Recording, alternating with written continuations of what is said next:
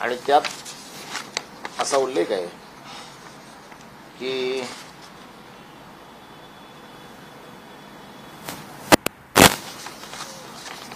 जी सभा ज्ञानेश्वर नगरमध्ये झाली त्या सभेला आम्ही दोघेही होतो। त्या ज्ञानेश्वर नगरच्या लोकांनी जी झोपडपट्टी पुनर्विकासाची जी सभा लावली होती त्यात सर्वच राजकीय पक्षांना बोलवलं होतं।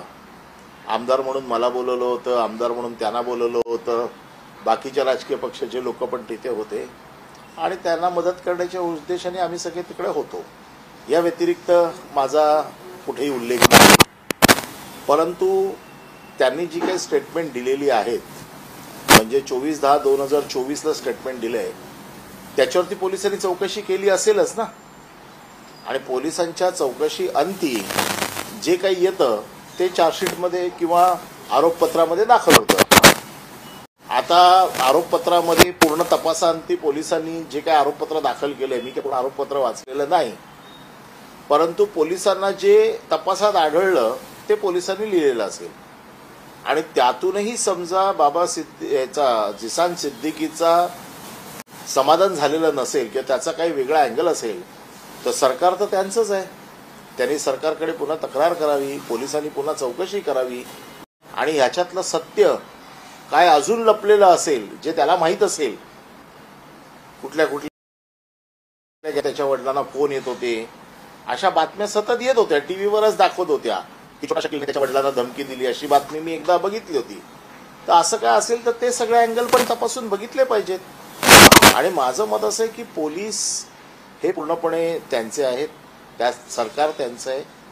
त्यांनी जर त्याची अजूनही काही तक्रार असेल तर त्यांनी पोलिसांकडे जावं आणि त्याच्याच पोलिसांवरती त्यांचा अविश्वास असेल तर याला मी काही करू शकत नाही। आणि माझं तर म्हणणं असं आहे की याच्यामध्ये त्याचं समाधान होत नसेल तर त्यांनी पुन्हा एकदा दाद मागावी आणि त्याच्या बाबतीमध्ये पोलिसांनी किंवा सरकारने त्याचा खुलासा करावा। नाही, त्या पूर्ण स्टेटमेंटमध्ये असं आहे की कोणी पृथ्वी चव्हाण म्हणून बिल्डर आहे, तर त्याचा असा समज आहे की त्या सगळ्यामध्ये की तुम्ही त्या बिल्डरला आणलं आणि त्या बिल्डरनी परत फसवलं त्या सगळ्या लोकांना, असं त्याचं म्हणणं असं आहे ना।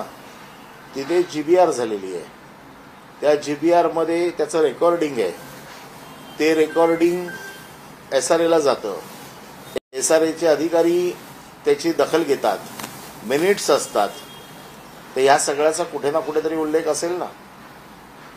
बिल्डर तर आम्ही सगळेच ओळखतो, असा कुठला बिल्डर मुंबईत नाही की ज्याला आम्ही ओळखत नाही। बिल्डर आम्ही आणत नाही, बिल्डर लोक आणतात। आम्ही फक्त त्या लोकांनी ज्या पद्धतीने आम्हाला निमंत्रित केलं होतं मला आणि त्याला, त्या सभेला आम्ही उपस्थित होतो आणि आम्ही परत सगळ्या ठिकाणी आम्हाला जिथे बोलवतात तिथे आम्ही जातो, यात गैर काय। पण परत साहेब त्यात असा उल्लेख आहे की तुमचा उल्लेख केलेला आहे की खासगी बिल्डर त्या ज्ञानेश्वर नगरच्या डेव्हलपमेंटमध्ये आणण्यासाठी तुम्ही प्रयत्न करत होतात। मोहित कंबोज यांचं बाबा सिद्दीकी यांच्याशी त्यांच्या हत्येपूर्वी अर्धा तास व्हॉट्सअपवर बोलणं झालं होतं आणि एक 11 अशा बिल्डर्सची नावं दिलेली आहेत बाबा जिसान सिद्दीकी यांनी, ज्याचा कदाचित त्या संपूर्ण प्रकरणाशी संशय मानला जातो। तर फक्त बिश्नोई अँगल यापूर्वी समोर होता, SRA डेव्हलपमेंट हाही एक अँगल समोर येतोय, पण मग ह्याची चौकशी करावी ना। मी तर आजही म्हणतोय हे 11 बिल्डर कोण आहेत, ज्यांची नावं काय आहेत, त्या सगळ्यांची चौकशी पोलिसांनी करावी। माझ्या माहितीप्रमाणे मी जे काय आज पेपरमध्ये वाचलं त्याच्यात अडाणीचं पण नाव आहे, त्यांना देखील बोलवावं। बाबूलाल वर्मांचं नाव आहे, मुंद्रांचं नाव आहे, शिवालिक वेंचरचं नाव आहे, पृथ्वी चव्हाणचं नाव आहे। माझं मत असं आहे की ह्या सगळ्यांना बोलवावं, तपासून घ्यावं, पोलिसांनी पूर्णपणे त्यांची कारवाई करावी, कुठल्याही पोलीस कारवाईमध्ये आडकाठी येऊ नये अशी माझी देखील इच्छा आहे आणि सत्य काय ते बाहेर यावं। सगळे लोकप्रतिनिधी होते, तुम्ही होतात, झिशान होतो, कुणाल सरमळकर होते पहिल्या मिटिंगला, अच्छा, मनसेचे पदाधिकारी होते, सगळे होते, म्हणजे सर्व पक्ष सभा असते ती। म्हणजे तुम्ही तुमच्या बाजूने असं म्हणतात की तुम्ही कुठल्याही चौकशीला सामोरे जायला तयार आहात? आमची कधी चौकशी करावी ना, आमचं काहीच हरकत नाहीये, परंतु पोलिसांना त्यांना असं वाटत असेल की ह्याच्यात काही अँगल अजून वेगळे आहेत तर ते देखील अँगल सगळे तपासून बघितले पाहिजेत। केवळ आरोप करून चालणार नाही तर ते आरोप सिद्ध पण करावे लागतील। पोलिसांनी त्यांचं सरकार बसलेलं आहे. पोलिसांच्या माध्यमातून चौकशी व्हायला पाहिजे. पोलिसांनी तपासायला पाहिजे सगळं. कुठल्या डेव्हलपरचे काय काय संबंध होते, बाबा सिद्दीकीशी त्यांचं कोणाकोणाशी बोलणं झालं हे बघायला पाहिजे. कशासाठी बोलणं झालं ते बघायला पाहिजे. बाकी सगळ्या गोष्टी पण तपासायला पाहिजेत. नाही, आणखी एक त्यात अँगल असा होता की बाबा सिद्दीकी यांच्याबरोबरच त्यांच्या मुलाच्या जीवितासही म्हणजे जिशान सिद्दीकीच्या जीवितासही धोका होता. तसे काही मेसेजेस किंवा तसे काही पुरावे समोर आले. तुम्हाला काय वाटतं की जिशान सिद्दीकी स्टेटमेंटमध्ये जी माहिती देत आहेत कुठल्या आधारावरती माहिती देत आहेत? ही प्युअर माहिती आहे की यात काही राजकारण होतं? नाही, हे सगळे माहिती किंवा काय ही त्यांनाच माहिती तेच देत आहेत. आता ऍक्च्युली वस्तुस्थिती बाहेर येऊ नये म्हणून कदाचित हा SRAचा अँगल पण लावू शकत असतील, मला माहित नाही. कारण मी काही दिवसापूर्वी टीव्हीवरती बातमी ऐकत होतो की छोटा शकीलने त्यांना धमकी दिली होती. आता ही छोटा शकीलने धमकी कशासाठी दिली होती मला माहित नाही. हे ते लोकच सांगू शकतात ना. मग छोटा शकीलचे यांचे व्यवहार काय होते आम्हाला माहित नाही. मग अशा काही गोष्टी लपवण्यासाठी हा अँगल बदलला जातोय का हे देखील तपासायला पाहिजे पोलिसांनी. माझं तर आव्हान आहे पोलिसांनी तपासावं आणि वस्तुस्थिती बाहेर काढावी. नाही, परब साहेब तुम्ही म्हणालात की ऍक्च्युअल वस्तुस्थिती म्हणजे तुम्ही छोट्या शकील अँगलही सांगितलं. तुमची स्वतःची काय माहिती आहे? नाही, मला माहित नाही यांचे काय व्यवहार आहेत ते. बाबा सिद्दीकींना मी ओळखतो. झिशान इथे आमदार असल्यामुळे झिशानला पण ओळखतो. पण ह्यांचे व्यवहार काय आहेत ते मला माहित नाही ना. बघा, एखाद्याचा खून होतो तर 4-5 गोष्टी असतात त्याच्यामध्ये. दुश्मनी असते, मालमत्तेवरनं भानगड असते, पैशावरनं भानगड असते किंवा बाईवरनं भानगड असते. याच्या व्यतिरिक्त खून होण्याचं काय कारण असतं?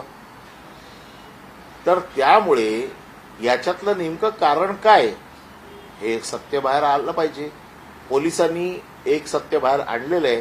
त्यावर जर जिशान सिद्दीकीचं समाधान होत नसेल तर जिशान सिद्दीकीने परत मागणी केली पाहिजे आणि तपासलं पाहिजे कुठे त्याला काय विरोध आहे आमचा. कारण मी ज्या दिवशी स्टेजवर होतो त्या दिवशी सगळ्या पक्षाचे लोक होते स्टेजवरती आणि त्याची रेकॉर्डिंग आहेत. पुन्हा तिकडे केलेली भाषणं रेकॉर्डवरती आहेत. मी जे बोललो तेच जिशान सिद्दीकी बोलला, तेच बाकीचे सगळे लोक बोलले. आम्ही तिकडे एकच म्हटलं की हे डेव्हलपमेंट व्हायला पाहिजे, इथे कुठलंही कोणाचंही राजकारण होऊ नये म्हणून आम्ही सगळे राजकीय पक्षाचे लोक एकत्र बसलेलो आहोत. सर, तुम्ही म्हणताय की सर्व पक्षाचे नेते जर त्या मंचावर होते मात्र फक्त तुमचंच नाव समोर येते. ते काय आमदार नव्हते ना. डायरीमध्ये माझं नाव आहे तुम्हाला कोणी सांगितलं? असं जिशान सिद्दीकी म्हणले की त्याच्या बाबाला ती डायरी बघा ना जरा तुम्ही. मला तर माहित नाही, तुम्ही सांगताय म्हणून मला कळतंय. तुम्ही डायरी तपासलीत का? डायरीत कोणाकोणाची नावं आहेत ती? जिशान सिद्दीकीला काही अडचण असेल तर त्याने पोलिसांकडे जावं, मुख्यमंत्र्यांकडे जावं, उपमुख्यमंत्र्यांकडे जावं आणि मागणी करावी. आणखी एक विषय होता, राजुल पटेल यांनी शिवसेना शिंदे गटात प्रवेश केला आहे. उद्धव ठाकरेंवर नाराजी नाही पण स्थानिक नेतृत्व किंवा स्थानिक निवडून आलेले पक्षाचे आमदार याबद्दल त्यांनी आक्षेप किंवा खंत व्यक्त केली आहे की घुसमट होत होती, सापत्न वागणूक मिळत होती. असे आता जाणाऱ्या माणसाला कोणावर तरी खापर फोडावं लागतं. आता नवीन निवडून आलेल्या माणसाला किती दिवस झाले? अजून 2 महिने पण झाले नाहीत. 1च महिना आतापर्यंत, 2 महिने आतापर्यंत झालेले आहेत. या 2 महिन्यात तो काय वागणूक देणार? पुन्हा राजुल पटेलला मी गेले कित्येक वर्ष ओळखतो. माझ्याबरोबर विभाग प्रमुख होता त्या आणि शिवसेनेच्या एक जबरदस्त कार्यकर्ती म्हणून तिचा नाव लौकिक होता. ती कोणाच्या तरी दबावाखाली येईल आणि तिला कोणतरी वाईट वागणूक देईल हे मला मान्य नाही. त्याचं कारण असं आहे की मी तिला ओळखतो आणि त्या असं कोणाचं ऐकून पण घेणार नाहीत. पण आता काय ना काहीतरी कारण पाहिजे सोडून जाताना, म्हणून हे कारण दिलं. राजू पेडणेकरांशी त्यांचा वाद होता. राजू पेडणेकरांची पक्षात ताकदपट्टी झाल्यानंतर त्यांचा कोणाशी वाद असल्याचा कारणच नाही. त्यामुळे ही जी कारणं सांगितली जात आहेत त्याच्या मागची खरी कारणं काय असतील मला माहित नाही. तुम्ही मेळावा झाला नुकताच त्या व्यासपीठावरही त्या होत्या. तर तुमच्याशी काही या संदर्भात काही बोलणं, त्यांच्या नाराजीची, कारण असं म्हटलं जातं की वर्सोवा विधानसभा मतदारसंघात निवडणुकीच्या सुरुवातीपासूनच नाराजीच्या त्या बातम्या येत इच्छुक होत्या. होत्या. त्यांना असं वाटलं होतं की त्यांना तिकीट मिळेल, परंतु पक्षाने जो निर्णय घेतला आणि पक्षाने तिकडे हारून खानेला तिकीट दिलं त्याबद्दलची त्यांची नाराजी असू शकते. आता ह्या नाराजीमुळे पक्ष एकालाच कोणाला तरी तिकीट देऊ शकतो. तिकडे तर आमचे 5 मजबूत लोक तिकडे इच्छुक होते, त्याच्यापैकी कोणाला तरी एकालाच मिळणार तिकीट. साहजिक आहे, काही लोकांना वाईट वाटणार, काही लोक नाराज होणार. आता त्या नाराजीचं खापर ते अंतर्गत राजकारणाला जर देत असतील तर त्याला मी काय करू शकत नाही. माझं त्यांच्याशी बोलणं झालं, मी त्यांना खूप समजवण्याचा प्रयत्न केला, कारण मी त्यांच्याशी खूप जवळ होतो. परंतु शेवटी त्या गेल्या. आता जाणाऱ्या माणसाला किती आपण रोखू शकतो, शेवटी त्यांच्या मनातच नसेल. तुम्ही ती शाखा नंबरची ती सुद्धा ताब्यात घेण्यासाठी काल गेला नाही, होता. ती शिवसेनेची शाखा आहे. या शाखेसाठी मी स्वतः मार खाल्ले. प्रत्येक शिवसैनिकाने दगड, विटा, सिमेंट ही शाखा बांधली आहे. ज्या वेळेला त्या मूळ मालकाने कोर्टामध्ये दावा दाखल केला होता त्यावेळेला शाखा तोडायचे आदेश झाले होते. शाखा तोडायचे आदेश झाले, ती शाखा ज्या वेळेला तोडली गेली त्यावेळेला आम्ही सगळ्यांनी त्याला प्रचंड विरोध केला होता. सगळे शिवसेनेचे कार्यकर्ते आम्ही रस्त्यावरती झोपलो होतो, पोलिसांचा मार खाल्ला होता आणि ती शाखा तोडली गेली. त्याच दिवशी मी तिकडे सर्व कार्यकर्त्यांना शांत करताना असं वचन दिलं होतं की ही शाखा मी कोर्टाचं प्रकरण जे आहे ते सगळं मिटवून मी पुन्हा इथे बांधीन आणि त्याप्रमाणे कोर्टाचं सगळं प्रकरण मिटवून आम्ही शिवसेनेने ती शाखा पुन्हा बांधली. फक्त नगरसेविका राजूल पटेल होती म्हणून कागदपत्र राजूल पटेलच्या नावावरती असतील, म्हणजे याचा अर्थ ती शाखा त्यांची नाही, ती शिवसेनेची शाखा आहे. त्याचा ताबा आम्ही काही झालं तरी सोडणार नाही. काल लॉक लावलं होतं, आज ताबा घेणार तुम्ही? नाही, आम्ही पोलिसांना काय सांगायचं ते मी सांगितलंय. परत पण महापालिका निवडणुकीच्या वातावरणात शिवसेना युनिटीला आणखी काही धक्के बसण्याची शक्यता व्यक्त केली बघा, जाते एक आहे. लक्षात ठेवा, हे धक्के आता आमच्यासाठी नवीन नाही आहेत. आम्ही हाच विचार करतोय की जो व्हॅक्यूम होतोय हा व्हॅक्यूम भरून आमची काढण्याची ताकद आहे. मी तुम्हाला काल पण सांगितलं, राजूल पटेल आम्ही दुसरा उमेदवार तयार करू, त्याला निवडून पण आणू. आता पक्षासमोर हे आव्हान आहे, जे लोक पक्षनिष्ठा सोडून केवळ पैशासाठी, निधी मिळतोय म्हणून आणखीन कशासाठी जात आहेत, त्यांच्या विरोधात लढाईची तयारी आम्हाला करावीच लागेल. नाही, पण साहेब, माजी मुख्यमंत्री एकनाथ शिंदे असं म्हणतायत की एवढं पतन होऊन सुद्धा आत्मचिंतन करण्याऐवजी गद्दार असाच उल्लेख केला जातोय. जो बूंद से गई वो हौद से नहीं आती आणि रस्सी जल गई मगर बल नहीं गई. मला एक गोष्ट सांगा, गद्दाराला समानार्थी शब्द काय? चला उद्यापासून तो वापरू. आम्हाला समानार्थी शब्द सांगावा. आणि दुसरी गोष्ट, जे गेले ते गेलेच आहेत, आम्ही त्यांना गद्दारच समजतो. मूळ पक्ष तर शिंदेचा नाही आहे, मूळ पक्ष तर शिवसेना, उद्धव बाळासाहेब ठाकरे यांना बाळासाहेबांनी सांगून दिलेलं आहे. ठीक आहे, कोर्टाने किंवा सरकारने त्यांना पूर्ण मदत करून तो पक्ष त्यांना कागदावरती दिला असेल, परंतु हा पक्ष काही संपणारा पक्ष नाही आहे. आज ना उद्या पुन्हा उभे राहू. नाही, पण एक असं म्हटलं जातं आहे की ज्या पक्षाच्या बैठका होतात त्यात उद्धव ठाकरे असं म्हणतात ज्यांना पक्ष सोडायचा आहे त्यांनी खुशाल जावं. पण अनेक शिवसैनिकांचं असं म्हणणं आहे पक्ष सोडण्याची वेळ का येते याची चौकशी किंवा याची विचारपूस उद्धव ठाकरे का करत नाही. असं आहे की पक्ष सोडण्याची कारणं आम्ही जी काही कारणं तपासतो, आम्हाला पण लक्ष आहे की ज्यांना काही मिळत नाही आहे, ज्यांना असं वाटतंय की इकडे आता काय होणार नाही आहे, असे लोक पक्ष सोडत आहेत. आमच्यासारखे कार्यकर्ते आहेत जे पहिल्या दिवसापासून पक्षाशी एकनिष्ठ आहेत. आम्हाला असं वाटतं की नाही, ठीक आहे, आम्ही पुन्हा एकदा उभे राहू. एक निवडणूक हरणं म्हणजे पक्ष संपणं नाही. निवडणुका होतच राहतात, निवडणुका हरल्या जातात, निवडणुका जिंकल्या जातात. भारतीय जनता पक्षाचे देखील एका काळी 2च खासदार होते, त्या 2 वरनं त्यांचे 200 झाले ना. आमचे देखील एकच आमदार होता 85ला. त्यामुळे आमदार किती निवडून येतात किंवा निवडणुका जिंकतो की हरतो याच्यावरती मला आजही असं वाटतं की पक्षाचा मोजमाप करता येत नाही. पक्षाची मोजमाप कार्यकर्त्यांवरती केलं जातं. कालचा कार्यकर्त्यांचा मेळावा देखील आपण बघितला असेल. तुफान गर्दी होती. कार्यकर्त्यांची शिवसेनेला कमी नाही आहे आणि पक्ष कार्यकर्ते चालवतात. महापालिका निवडणुकांचं भवितव्य काय वाटतं? सर्वोच्च न्यायालयात सुनावणी आहे असं म्हणतात. सर्वोच्च न्यायालयात सुनावणी झाल्याच्या नंतर सरकारने निर्णय घ्यायचा आहे. तुम्हाला वाटतं महाराष्ट्रामध्ये निवडणुका होतील? त्यांच्या सोयीप्रमाणे ते ठरवतील. सध्याच्या त्यांची सगळी महाराष्ट्राची राजकीय स्थिती पाहता बघा, त्यांची सगळी राजकीय परिस्थितीचा ते अभ्यास करतायत. आता आमच्यासाठी चांगली आणि वाईट परिस्थिती काही नाही आहे. आमच्यासाठी ज्या वेळेला निवडणुका येतील त्यावेळेला निवडणुका लढणं हाच आमच्या समोरचा पर्याय आणि त्या जिंकणं आणि तो आम्ही करू. परब साहेब, काल उपनगर जिल्हा नियोजन समितीची बैठक झाली. या बैठकांना मुंबईचे महापालिका आयुक्त, जिल्हाधिकारी उपस्थित राहतात, पण मुंबईचे पोलीस आयुक्त उपस्थित राहत नाही. याबद्दल काल तुम्ही तीव्र नाराजी बैठकीत व्यक्त केली. ही नाराजी माझी कालची नाही आहे. मी प्रत्येक बैठकीत हा मुद्दा उपस्थित करतो कारण मुंबईचे पोलीस आयुक्त बैठकीत येत नाहीत.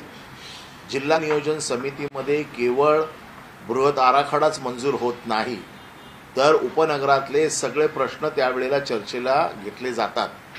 मग त्यामध्ये SRA असेल, त्यामध्ये PWD असेल, त्यामध्ये ट्रॅफिक असेल, त्यामध्ये पोलीस असतील, त्यामध्ये महानगरपालिका असेल, असे सगळेच प्रश्न त्यावेळेला घेतले जातात. आज आपल्याला माहिती आहे की मुंबई शहरामध्ये उपनगरामध्ये ड्रग्सचं प्रमाण एवढ्या मोठ्या प्रमाणात वाढलं आहे. आम्ही वारंवार पोलिसांकडे तक्रारी करतोय, आम्ही दररोज पोलिसांना सांगतोय, तरी देखील अजूनही ड्रग्सचं प्रमाण कमी होत नाहीये. एक अख्खी पिढी नष्ट होण्याच्या मार्गावर आहे.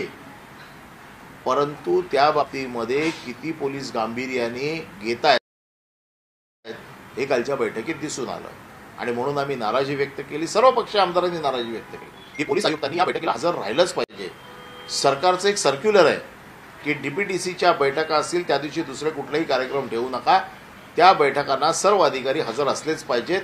परंतु काही अगदी विशेष कारण असेल तर सूट दिली जाऊ शकते. परंतु कालच्या बैठकीला पोलीस आयुक्त येणार नाहीत हे पालकमंत्र्यांना देखील माहीत नव्हतं. म्हणजे काय गृहीत धरतात का सगळ्यांना ते? आणि म्हणून नाराजी होणं साहजिक आहे.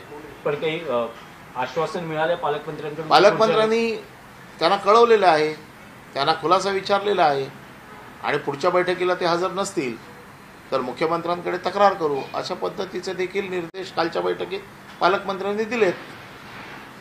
सर, तुम्ही परिवहन मंत्री राहिलात महाविकास आघाडीच्या सरकारमध्ये. मात्र आता प्रताप सरनाईक यांचं एक वक्तव्य समोर आलं होतं की जी एसटीची भाडेवाढ झाली त्याची मला कल्पना नव्हती. सचिवांनी परस्पर निर्णय घेतला. हा निर्णय देखील आता आजच्या कॅबिनेटमध्ये येण्याची शक्यता आहे. कसं पाहता एसटीचं आता तुम्ही सांभाळलेलं आहे? एक तर प्रताप सरनाईकांना पूर्ण परिवहन खातं समजायला अजून वेळ लागेल. एसटी महामंडळ हे वेगळं असतं. पूर्वीपासून एसटी महामंडळाचा अध्यक्ष वेगळा असायचा. परंतु रावते साहेब ज्या वेळेला होते त्यावेळेला एसटी महामंडळाच्या अमेंडमेंटमध्ये परिवहन मंत्री हाच एसटी महामंडळाचा अध्यक्ष म्हणून सरकारने कायदा पारित केला. मी देखील एसटी महामंडळाचा अध्यक्ष म्हणून परिवहन मंत्री जरी असो तरी अध्यक्ष म्हणून काम केलं आहे. या सरकारने परिवहन महामंडळाचा अध्यक्ष हा एसटी महामंडळाचा अध्यक्ष वेगळा केला आहे आणि त्यामुळे प्रताप सरनाईकांना खरं म्हणजे एसटीचे सेक्रेटरी जे आहेत म्हणजे सेक्रेटरी आहेत ते त्या मंडळाचे सदस्य असतात. त्यांनी खरं हे परिवहन खात्याला मंत्र्याला कळवलं पाहिजे की अशा अशा प्रकारचा निर्णय होतोय. परंतु कोण अधिकारी कोण मंत्र्याला मोजतंय यांचा काय दरार आहे? एसटी महामंडळ जी सर्वसामान्य लोकांची जीवनवाहिनी आहे. अगोदरच एसटी महामंडळ खड्ड्यात गेलंय. आता कुठे गेले ते? खोत आणि पडळकर. भाववाढ झाली. आता कोकलाला कोण येत नाहीये कारण त्यांना माहिती आहे जर जास्त बोलले तर बाहेर काढून टाकतील त्यांना. पडळकर नाही, खोत नाही, सदावर्ते नाही. सदावर्ते तर फक्त तिथे भ्रष्टाचार करण्यासाठीच घुसलेले आहेत. आणि एसटी महामंडळाचे एवढे मोठे निर्णय जे सर्वसामान्य नागरिकाशी संबंधित आहे, परिवहन मंत्र्याला माहीत नसणं यासारखी शोकांतिका नाही. याच्यावरनं ह्या सरकारचा कारभाराचा अंदाज येतो. परंतु आणखी एक राजकीय विषय तर धनंजय मुंडे यांच्या राजकीय भवितव्याचा. काल सामाजिक कार्यकर्त्या अंजली दमानिया यांनी अजित पवारांची भेट घेतली. बीडमध्ये जी काही दहशत आणि जे काही सगळं सुरू आहे त्या बाबतीतले अनेक पुरावे त्यांनी त्यांना दाखवले. अजित पवार असं म्हणतात की आज मुख्यमंत्र्यांशी त्यांची या विषयावर चर्चा होणार आहे. सुरेश धस यांनीही बीडचं प्रकरण लावून धरलेलं आहे. काय वाटतं, धनंजय मुंडे यांचा राजीनामा घेतला जाईल की त्यांना जे आहे तेच अभय चालू राहील? मला असं वाटत नाही की धनंजय मुंडेंचा राजीनामा मुख्यमंत्री घेतील, कारण हा राजीनामा घेतला तर लाईनीत खूप जणांना राजीनामे द्यावे लागतील. त्यामुळे त्यांना आमच्यावरती जे आरोप केले जात होते की मंत्र्यांना वाचवतायत, आज ते देखील तेच काम करतायत, मंत्र्यांना वाचवण्याचं काम करतायत. आमच्या काळात तरी मंत्र्यांचे राजीनामे घेतले गेले. यांची हिंमत आहे की नाही मला माहीत नाही, पण मंत्र्यांचे राजीनामे घेण्याची हिंमत या सरकारमध्ये नाही. आणि हे प्रकरण असंच दडपलं जाईल असा माझा अंदाज आहे. पालकमंत्री पदावरून आरोप प्रत्यारोपांचं जे युद्ध बघायला मिळालं ते आता व्हिडिओ वॉर पर्यंत पोहोचलंय. नाही, मला असं वाटतं हे पालकमंत्री पदाचं लढाई नाही आहे, ही मालकमंत्री पदाची लढाई आहे. हे पालक बनायला जात नाही आहेत जिल्ह्याचे, हे मालक बनण्याचा प्रयत्न करतायत. असं काय पालकमंत्र्याच्या पदामध्ये आहे की ज्याच्यासाठी जिल्ह्यात फिरू देणार नाही इथपर्यंत वाद टोकाला गेलेला आहे. हे सगळं त्या जिल्ह्यातली मलाई काढून घेण्यासाठी ते मंत्रिपद पाहिजे. आपसात हे पालकमंत्री पदाचा वाद नाही. ज्याला विकास करायचा आहे त्याला कुठलाही जिल्हा दिला तरी त्याचा तो पालक म्हणून विकास करायसाठी काम करू शकतो. परंतु मला ह्याच जिल्ह्याचा पालकमंत्री आम्हीच असायला पाहिजे, हे मालक पदाचा वाद आहे, हा पालक पदाचा वाद नाही. आतापर्यंत आरोप प्रत्यारोप होत होते, आता एकमेकांचे व्हिडिओ बाहेर काढण्याची भाषा केली जाते. तेच सांगतो ना, एकमेकाच्या जीवावर उठलेलं सरकार आहे. कोण कोणाचा गळा कधी दाबेल सांगू शकत नाही आणि अपघाती मृत्यूची नोंद कधी होऊ शकते. सर हिंदी में कर लेते हैं छोटी सी बात. अरे तो ठीक है, फिर ले लो हिंदी.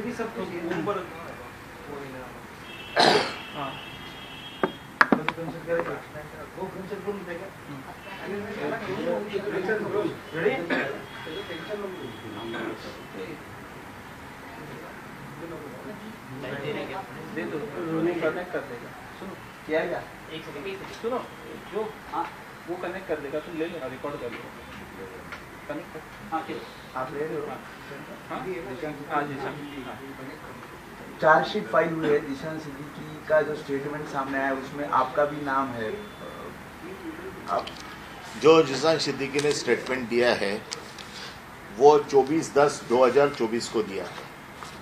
उसके बाद में पुलिस ने ये सब चीज़ों की इंक्वायरी की होगी, क्योंकि चार्जशीट तभी डाली जाती है जब इंक्वायरी पूरी हो जाती है. इंक्वायरी पूरी होने के बाद में पुलिस ने चार्जशीट फाइल की है. जिस सब एंगल को पुलिस ने अगर उन्होंने उसका इन्वेस्टिगेशन किया होगा और पुलिस को जो जानकारी मिली उस हिसाब से चार्जशीट फाइल हो गई है.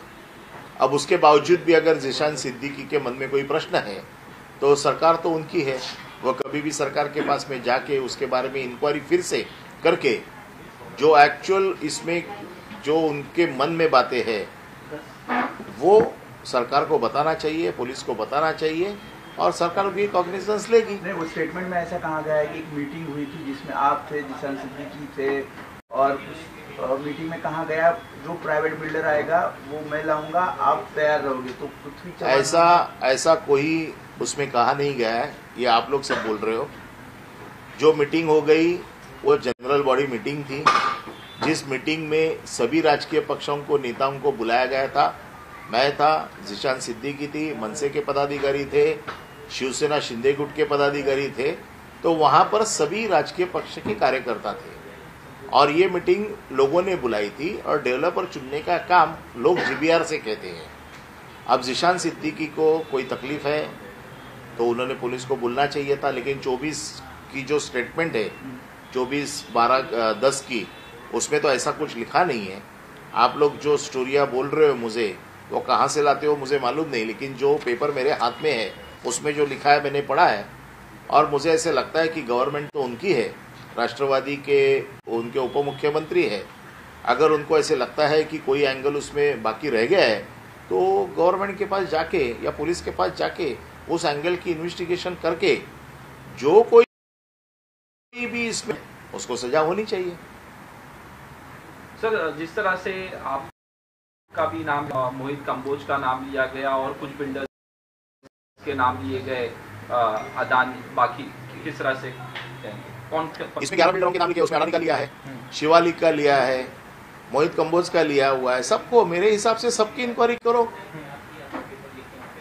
और वो जो फोन जो हम टीवी पे देख रहे थे कि बाबा सिद्दीकी को शकील के फोन आ रहे थे, वो किस बारे में आ रहे थे, उसकी भी इंक्वायरी होनी चाहिए। वो क्या एंगल था, कौन से एंगल से शकील फोन कर रहा था। बाकी के लोगों को तो शकील फोन नहीं करता है। मैं भी एमएलए हूं 20 साल से, हमको कभी गैंगस्टर फोन नहीं करते। तो कौन से एंगल से वो फोन आ रहे थे, उसकी भी इंक्वायरी होनी चाहिए। और मुझे ऐसे लगता है कि इंक्वायरी करके सच बाहर आना चाहिए। निशान सिद्दीकी ने ये भी कहा था कि पुलिस ने उस एंगल से जांच किया ही नहीं, बिल्डर लॉबी वाले एंगल से पुलिस ने जांच किया ही नहीं, उन्होंने लॉरेंस बिश्नोई के एंगल से सिर्फ जांच की। तो गवर्नमेंट उनकी बैठी हुई है, अपना उसको अगर कोई न्याय चाहिए तो अपनी गवर्नमेंट के पास जाए, उनको बोले, उस हिसाब से काम करे। वो मीडिया में बोल के कुछ होने वाला नहीं है, वो तो जाके उधर बोलना चाहिए। उप मुख्यमंत्री उनके हैं, मुख्यमंत्री उनके सरकार के हैं, तो जिसको जाके बताना चाहिए उसको जाके बताना चाहिए। चार्जशीट में एक और बात थी कि चार्जशीट में स्टेटमेंट जो दिया है निशान सिद्दीकी ने, उसमें ये भी कहा है कि कुछ दिनों बाद वो एमएलसी बनने वाले थे बाबा सिद्दीकी, और उस टाइम पे ये बात जो है पब्लिक डोमेन में नहीं थी। अभी वो क्या बनने वाले थे क्या नहीं, वो उनको ही मालूम है।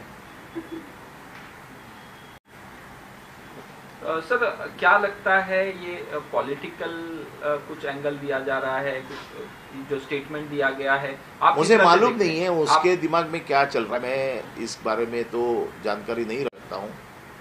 लेकिन पुलिस ने इसका जवाब देना चाहिए कि सच क्या है, झूठ क्या है। मुझे तो लगता है कि वो सब बातें आनी चाहिए सामने। शकील की फोन कर रहा था इनको, क्या इनके संबंध थे उससे, ये भी बातें सामने आनी चाहिए। अगर कोई बड़ा इंटरनेशनल गैंगस्टर किसी को फोन करता है तो वो कोई छोटे कारण से तो करेगा नहीं, 10-5 हजार मांगने के लिए करेगा नहीं। अगर उसने 100-200 करोड़ रुपए मांगा होगा तो 100-200 करोड़ रुपए देने की हैसियत तो उसकी होनी चाहिए। तो ये 100-200 करोड़ देने की हैसियत किसकी है, तो उस हिसाब से भी सब इंक्वायरी होनी चाहिए। सर, ये स्टेटमेंट आने के बाद क्या अगर पुलिस बुलाती है आपको या कुछ पूछती है तो आप इंक्वायरी में किस तरह से? जरूर हमारी देखो एक बात है, मेरे पे पहले भी इसके पहले एलिगेशन हो गए, मैं इंक्वायरी को सामने गया, कुछ निकला नहीं। अभी अगर पुलिस को लगती है मेरी इंक्वायरी करनी चाहिए, करो, मैं जवाब दूंगा जो भी पूछेंगे उसका। पुलिस को कोऑपरेट करना मेरा काम है।